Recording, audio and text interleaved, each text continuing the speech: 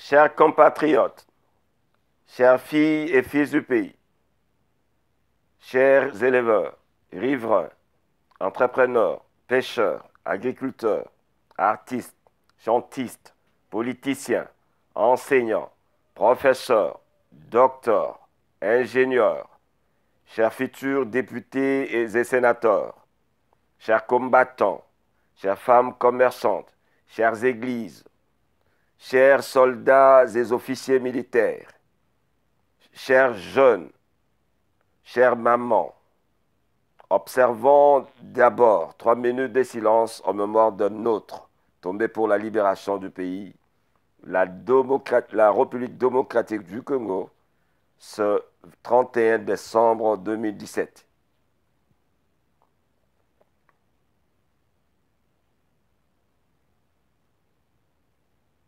Je vous remercie. Nos pensées en ce moment vont tout droit à nos sœurs et frères, papas et mamans, oncles et tantes, nièces et neveux, voisins et voisines, tous victimes de l'injustice, de l'impunité, de la corruption, du pouvoir d'un côté et de l'autre, l'opposition et la classe politique sans initiative cohérente.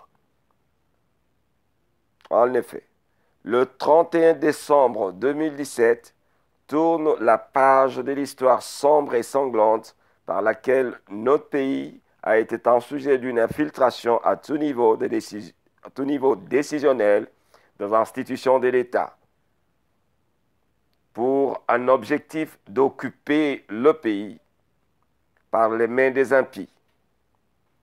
Enfin, la République démocratique du Congo est libre. La République démocratique du Congo est libre et sans une considération du pouvoir et de la diplomatie de Kabila. Libérée de tout accord, la RDC vient de traverser des décennies de conspiration.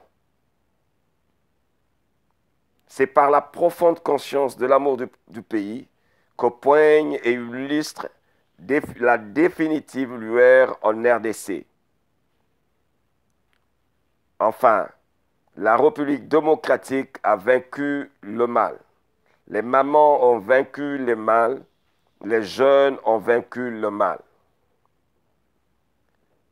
Dans la diaspora cependant, les Congolais penseurs, inventeurs, autour du savant de l'université MIT de Boston, en la personne de Jean Bélé Mongo, ont, selon la Constitution, évité le vide juridique national en anticipant, dans l'article 64,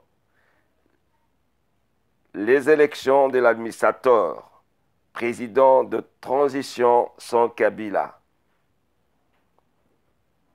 Le bilan est lourd en tout point de vue et inimaginable juridiquement, sociologiquement, économiquement, politiquement, financièrement, culturellement, artistiquement, sportivement, spirituellement, et j'en passe.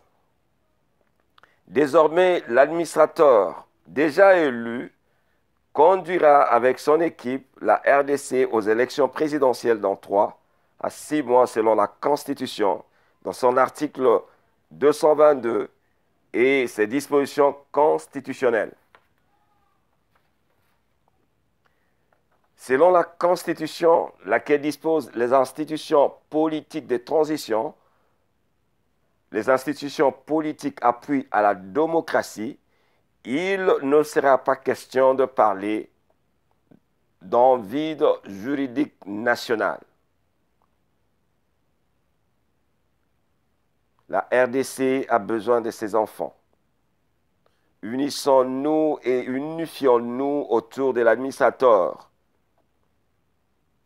Le cardinal Laurent Mosengo et son adjoint, le docteur Denis Mukwege, déjà élus par 10 millions de Congolais pour concrétiser le dessein providentiel légué par nos ancêtres au pays de nos enfants et nos petits-enfants.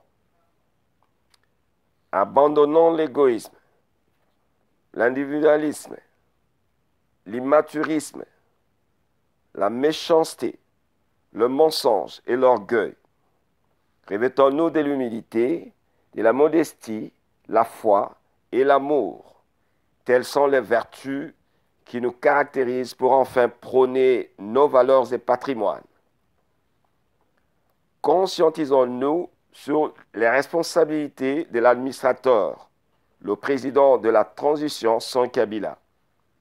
En ce moment que la présidence de la République, les Sénats, le Parlement sont remplacés par le président de la transition et son équipe, conscientisons-nous pour bâtir une RDC, une République démocratique du Congo, au rang de son leadership universel.